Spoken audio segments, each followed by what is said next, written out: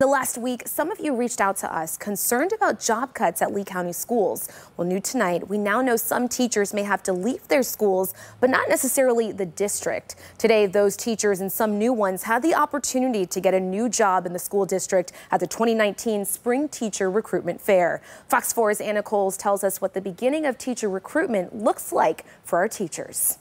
No, that was better, right? Deanna Lechu Akins is smiling because she just accepted a job doing what she loves in the fall, teaching English to non-English speaking students at Bonita Springs High School. I'm ecstatic. I want to be able to go there and make a difference to students whose first language is not English. If you're doing what you're meant to do, there's nothing to be nervous about. She's one of many teachers at the recruitment fair looking for a job at Lee County School District. Joanna DiMantino is a teacher at Island Coast High School and just accepted a position as a science teacher at Harns Marsh Middle School. She took this fair as an opportunity to change things up.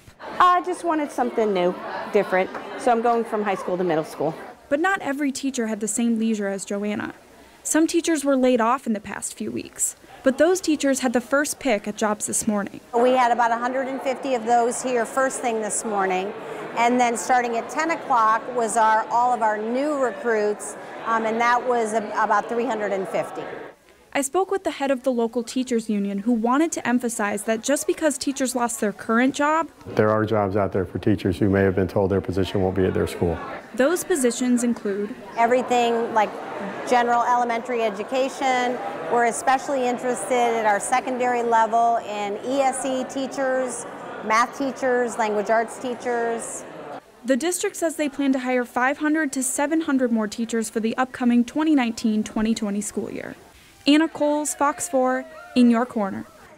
Anna, thank you. She also tells us the Lee County School District is hiring for other positions outside of the classroom, and they're looking to fill a lot of different positions. So to find out more information, you can go to our website at fox4now.com and you can click on Anna's story. Well, tonight the Southwest is reeling after a series of powerful, deadly storms ripped through Texas. This is the damage from just one of those storms. This one is in Alto, Texas, where winds up to 60 miles an hour damaged several homes. Look at that on your screen. And tough news out of a town near there. A tree fell on top of a car, killing an 8-year-old and a 3-year-old inside.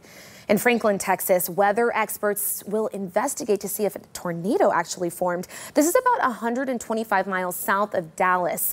County deputies say about a dozen people were injured as the storms came through. Emergency responders had to go door to door to rescue people who were trapped. They were able to rescue everyone, and incredibly, none of those injuries are considered life-threatening.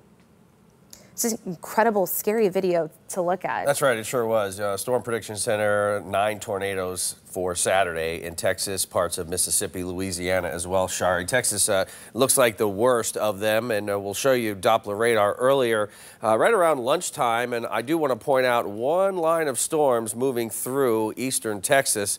And again, it does look like they move all the way through parts of Louisiana and also into Mississippi. So again, as this loop goes through, I'll let it go one more time. You can see right there's Franklin, and then a couple more tornadoes, eastern Texas, and right to the west of Jackson along I-20. That's where a couple other tornadoes were. A little bit later in the evening, about 7 o'clock. Earlier around lunchtime, though, that's where the one hit in Franklin, and I'll zoom in between Houston and Austin. There it is along, looks like US 79. A couple of tornadoes there in Franklin, Texas. Right now, though, Doppler radar showing that the showers and storms are in the Mississippi area, and they're heading toward Alabama. Tomorrow, though, it looks like the severe threat shifts east and northward into parts of the southern Ohio Valley, eastern Tennessee Valley, including Atlanta in Georgia. So that's what we'll be watching storms form tomorrow. As for us here in Southwest Florida, things are looking really good on Storm Shield Doppler radar. No rain to speak of. Fort Myers, look at that, mid-70s. Naples at 79 degrees. Punta Gorda, Immokalee, Marco Island, mid to upper 70s. So we've got a warm morning in store. I wouldn't be surprised if a couple coastal rain areas formed early tomorrow morning. We'll talk about those rain chances when I come back.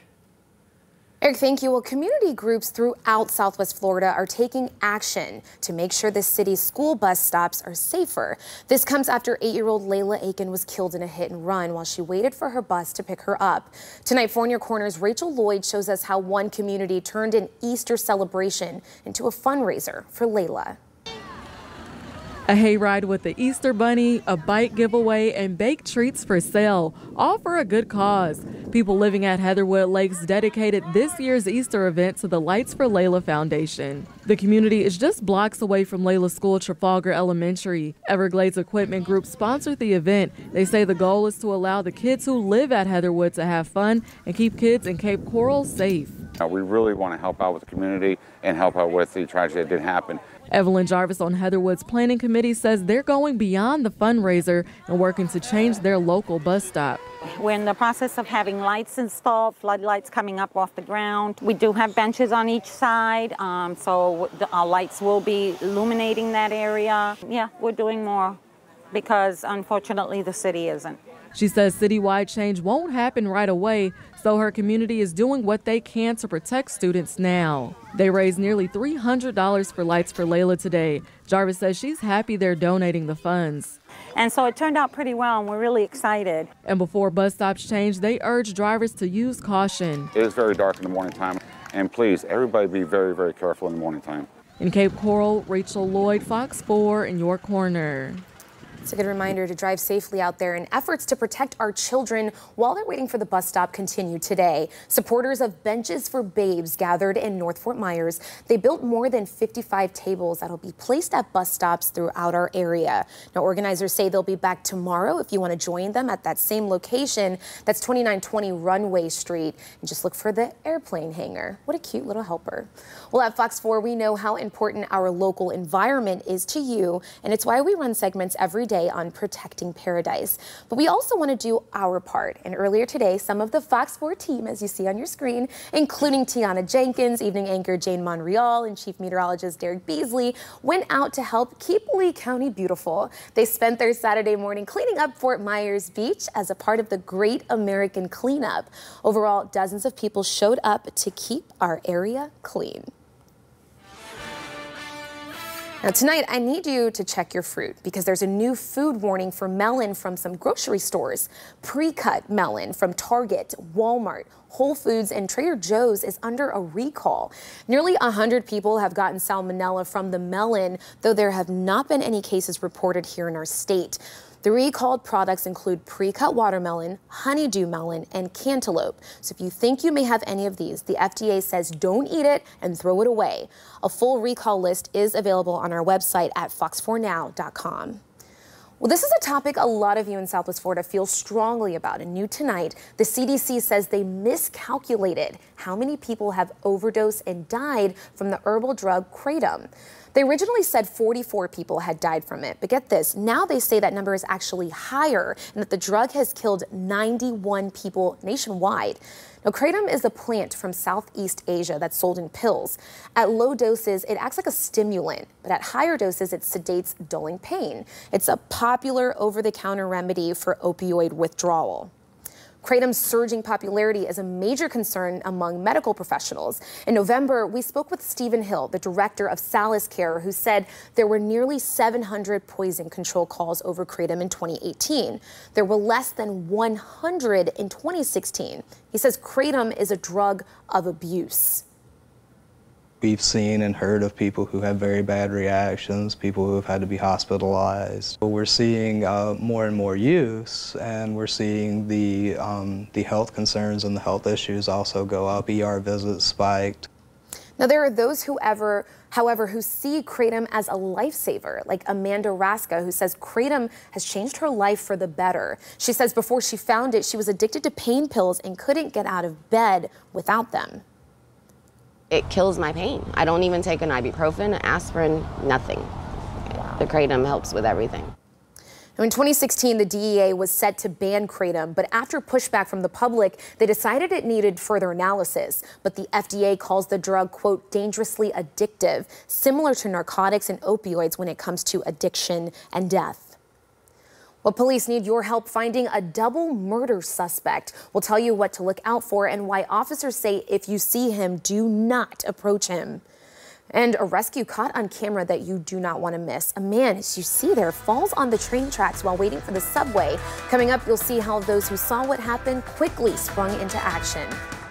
Eric? Well, you know, we had a pretty nice day southwest Florida. Storm Smart Sky Cam at Pink Shell, Fort Myers Beach. Notice a few clouds. We will talk about some rain chances and a cold front when I come back. Across the country, it's time for America's favorite jackpot game. Get ready, everybody. This is Powerball. Good evening, America. I'm Laura Johnson. Tonight's Powerball jackpot is worth an estimated $103.5 million. So get those tickets out. Let's go. That first number up is 17, followed by 26.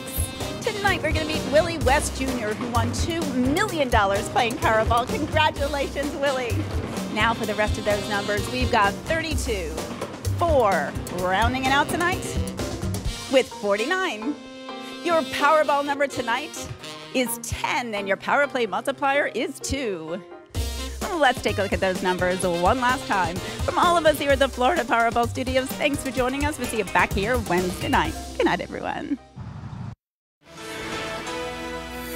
New tonight, a statewide manhunt is underway for the man police say killed 2 women and left a 6-year-old in critical condition. Now, this all happened in Haines City, which is in Polk County.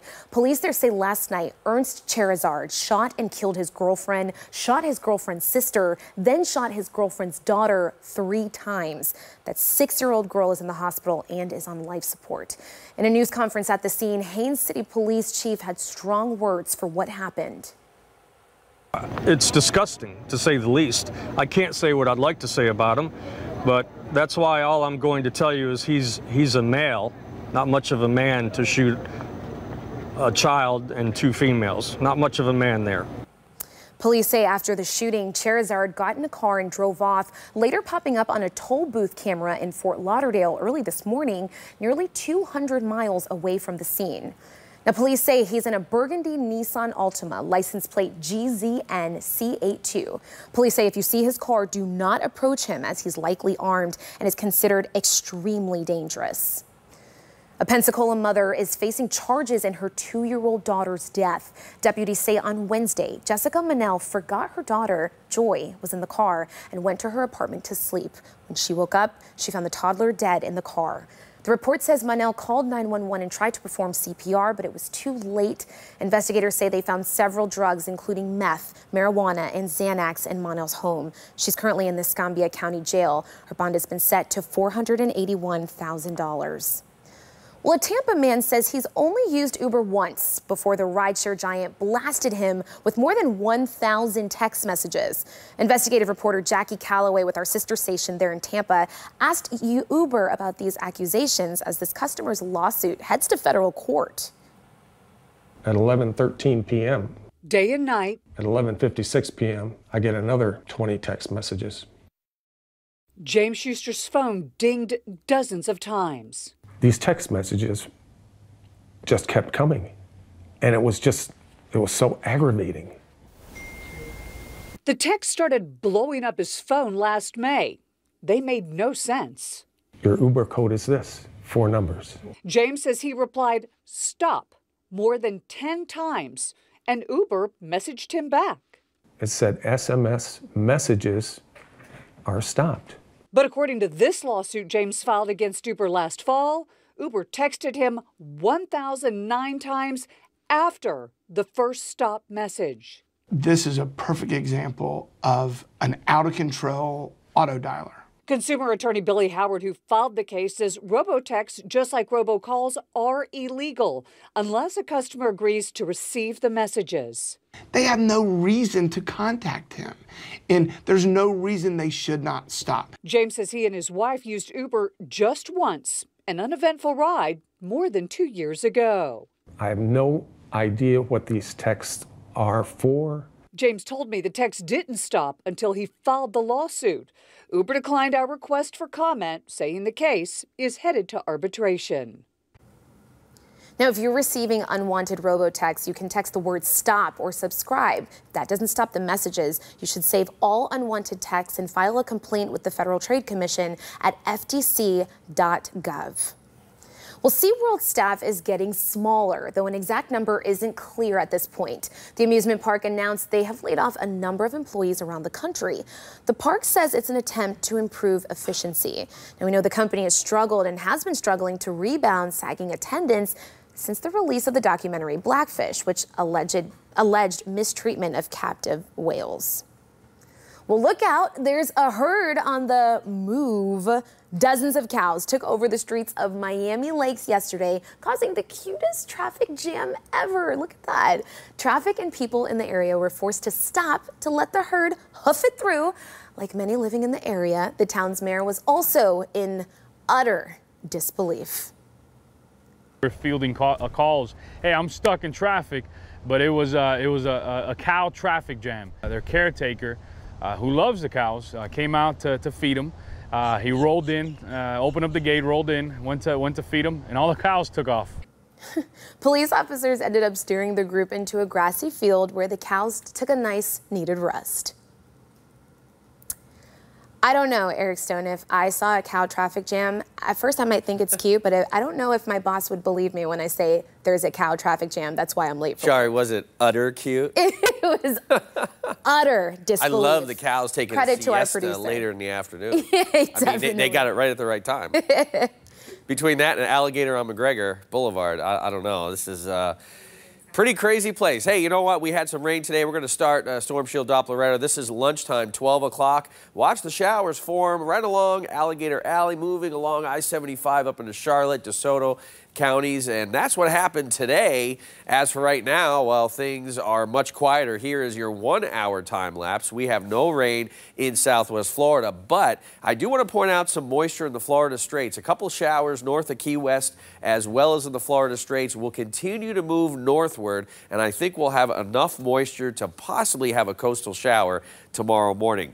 Today, Lehigh, the big winner in the rain gauge, over 1.5 inches of rain. Alva, 0.8 of an inch. Northeast Port Charlotte, near I-75, about 0.8 of an inch as well. Punta Gorda, 0.4. Estero, just under 1/4 inch. And lesser amount, San Carlos Park, Golden Gate, under 0.1 of an inch of rain today. Let's start out our RPM forecast model. A couple showers again possible early in the morning along the coast, but I think a better chance of rain during the afternoon east of I-75, some inland showers. Looks like afternoon and evening along the coast will be very dry, but we've got a cold front on the way, and this line of rain will be in association with a cold front come Sunday night, early Monday morning. Look what happens by 7 o'clock Monday morning, though. That rain is to the east coast, and by Monday afternoon, we're going to forget that it did rain because it'll be so sunny out for the second half of the Monday. So a very clean cold front will bring those clouds and showers out of the area Monday afternoon. Fort Myers at 76 degrees. Dew point still running pretty high in the low 70s. 72 dew point in Naples with a temperature of 79 degrees. And it looks like you're at 74 in Punta Gorda with dew point 69 degrees. So again, it's going to be a warm and mild evening, muggy. 71 Fort Myers, Naples 74 degrees, 69 Port Charlotte, and Cape Coral at 72. Again, a very slight chance of an isolated shower along the coast in the morning, and coast looking good in the afternoon, mid to upper 80s, 87 degrees. It will be breezy, south to southwest wind around 10 to 20 miles per hour, gusting to around 25. Keep that in mind.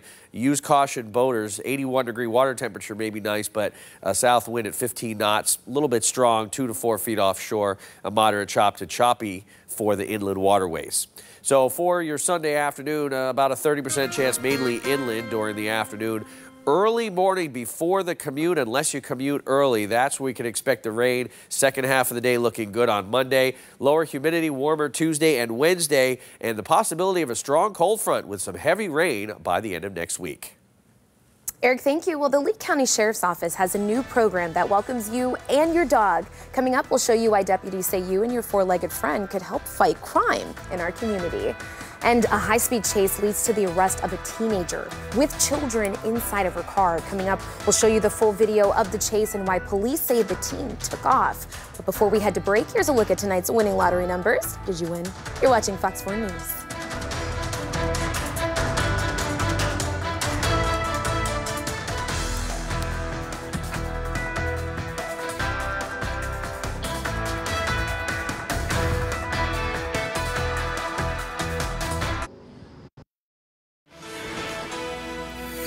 It's a terrifying sight on a police cruiser. Cameras in Ohio. A 17-year-old is facing charges after leading police on a high-speed chase with her 2 children in the car. Now, the chase reached speeds of up to 100 miles an hour. The police chief decided to back off when speeds got so high, but the driver soon crashed into a guardrail. The children and the driver were okay. That driver was arrested and will face charges in juvenile court. As for why she ran, police say the car was stolen. Well, clips like this show there are still good people in the world. A blind man is thanking the people who rescued him after he fell onto the subway tracks. This happened earlier this week at a metro station in Maryland. Surveillance video showing the man walking, as you see on your screen right there, diagonally toward the edge of the train platform, then plunging onto the tracks after misjudging how much space he had. 2 commuters, as you see, came to his aid with others joining in to help.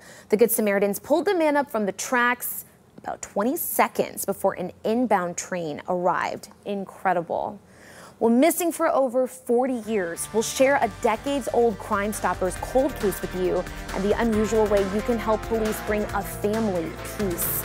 And a tech-related solution to future college admission scandals. One college student says he's found the answer. We'll tell you his solution and how one high school is already considering using it. You're watching Fox 4 News.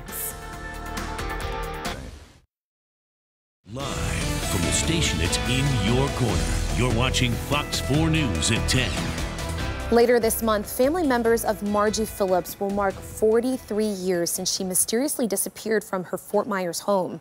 And although she's been presumed dead for years now, the search is on to find her remains and give them a final resting place. Trish Rout with Southwest Florida Crime Stoppers has their story, as well as information on how you can help this family get closure.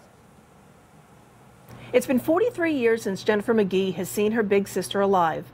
For years, she waited anxiously for the phone to ring or for the knock on the door with news that Margie Phillips was home safe and sound. Now, more than 4 decades later, she's still waiting for the day that her sister is returned to her family. You really have to go through this to understand. Someone you love, you don't know where they are or they're coming back, what happened. April 22, 1976 was the last time anyone heard from Margie Phillips, a 31-year-old mother of 4 with children all under the age of 10. She told family members that she was going to the First Federal Bank in downtown Fort Myers to withdraw money to purchase a car that day.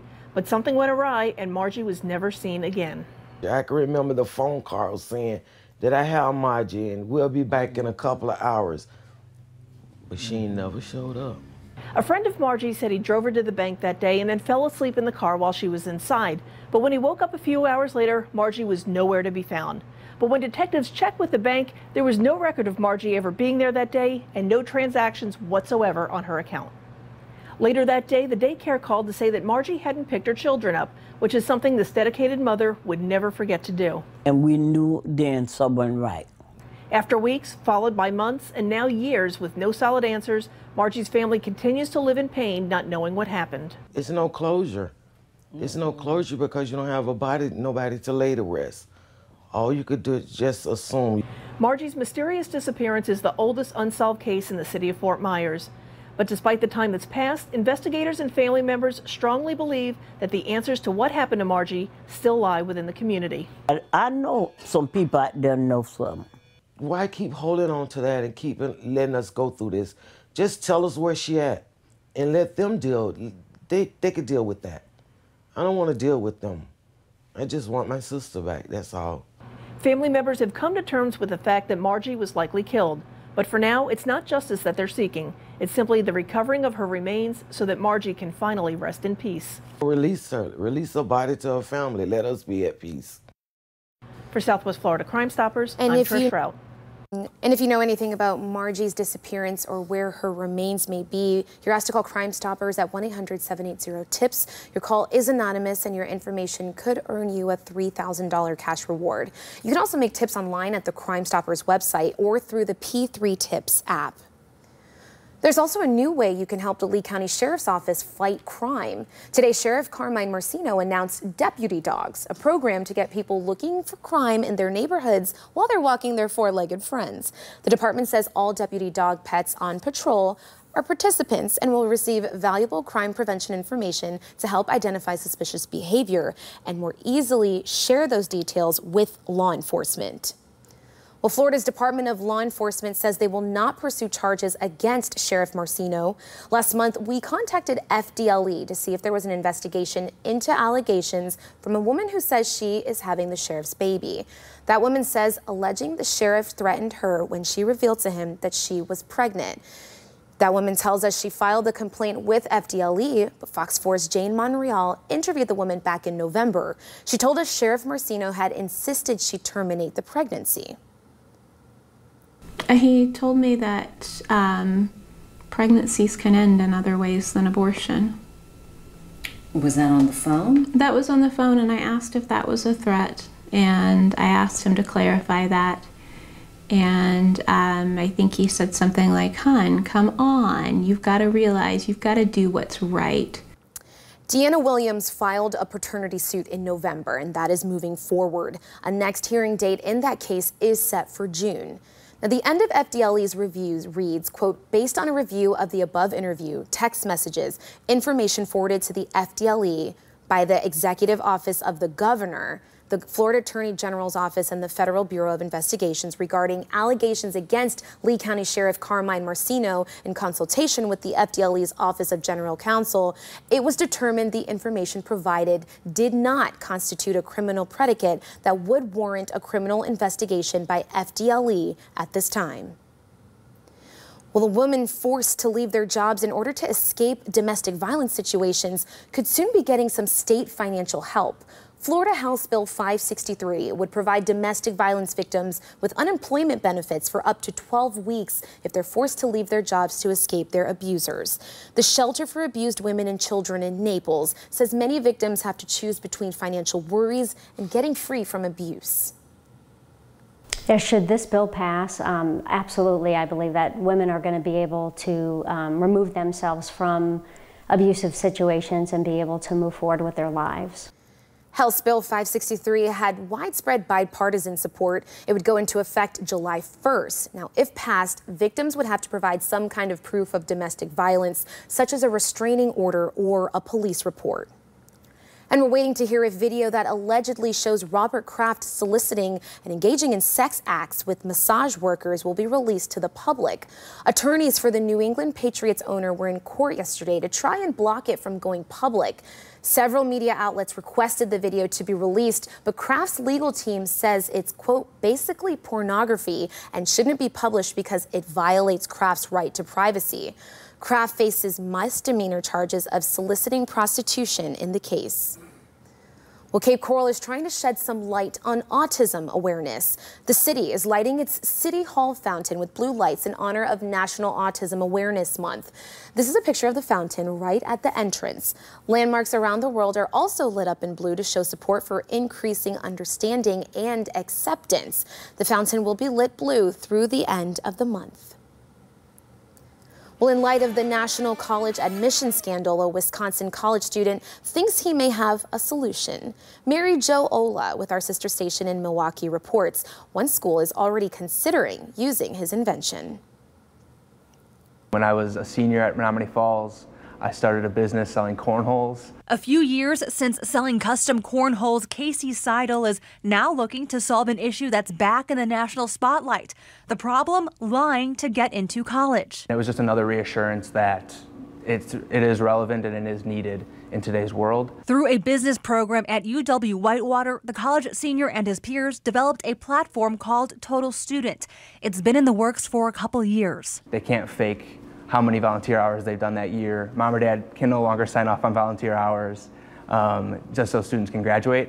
It has to be verified. The system manages and tracks a student's extracurriculars, and it uses geolocation or QR codes to verify student involvement. Certification for extracurricular activities is really very, very important. It's important to the college admission process, but it's also very important for the employment process later on. The competition to get into college today, it's hard. The platform caught the attention of Seidel's old principal at Menominee Falls High School, Bob Vitale. He says their officials are considering implementing Total Student, and it could help kids and advisors. I think that's huge, especially today. especially with what we're going through, like you said, with the scandals. Testing and development for Total Student will continue through the spring. That student expects a full launch by August. Well, don't look now, but Tiger Woods is doing something at the Masters that he hasn't done in a decade. He's not in the lead, but he's in the top 3 heading into the final round. Right now, Italian Francisco Molinari sits atop the leaderboard with a 6 under 66 in the 3rd round. But Tiger is not too far behind. He was 5 under and is just 2 strokes behind. Because of forecasted rain, tee times for tomorrow's action are earlier. The first group will tee off around 7:30, with the final rounds wrapping up around 2:30. Playoff hockey is in the air, and the Florida Everblades are looking to get back to the Kelly Cup Finals. They're off to a strong start, actually. Tonight, they beat the Jacksonville Icemen 4-1 in the opening round of the playoffs. The win gives the Blades a 2-0 advantage in the best-of-7 series. Game 3 is Thursday in Jacksonville. The NHL's best regular season team is already down 2 games in the opening round of the playoffs, and now the Tampa Bay Lightning are down one of their best players heading into Game 3. The NHL suspended the league's top scorer Nikita Kucherov for Game 3 for a boarding penalty late in the Game 2 loss. The NHL called it a dangerous hit on a player in an exposed position. Kucherov put up a league-best 128 points during the regular season. And a streak that will live in baseball infamy forever is now over, so maybe not forever. After going hitless in 54 straight at-bats, the Orioles' Chris Davis got a single today against the Red Sox, lining a bases-loaded 2-run single to right in the first inning. Davis kept it up as well, getting 2 more hits and 2 more RBIs for Baltimore. Those 54 straight hitless at-bats is a record for a position player. And fans in Baltimore had a blast after the hit, and not just because it ended that record. One bar offered a 2-hour open bar once Davis got his first hit, and another offered free corn dogs. College football is getting back into gear, but footballs aren't the only thing in the air at team spring games. Love apparently is, as you see on your screen. At the Ohio State spring game, punter Drew Chrisman hopped down on one knee and proposed to his girlfriend. Drew pretended to get ready to hold a field goal attempt. Don't you love this? That's when he surprised his now fiance Avery with a ring. Avery is smart, and of course, she said yes. Looking at your screens and trying to figure out which button to push, the car is in motion. The car is not being driven by you at that point, and at any point things can happen. Distracted driving week across the country, and in one state that could mean some drastic changes behind how you act behind the wheel. We'll tell you how one state wants to ban all driver phone use, including hands-free.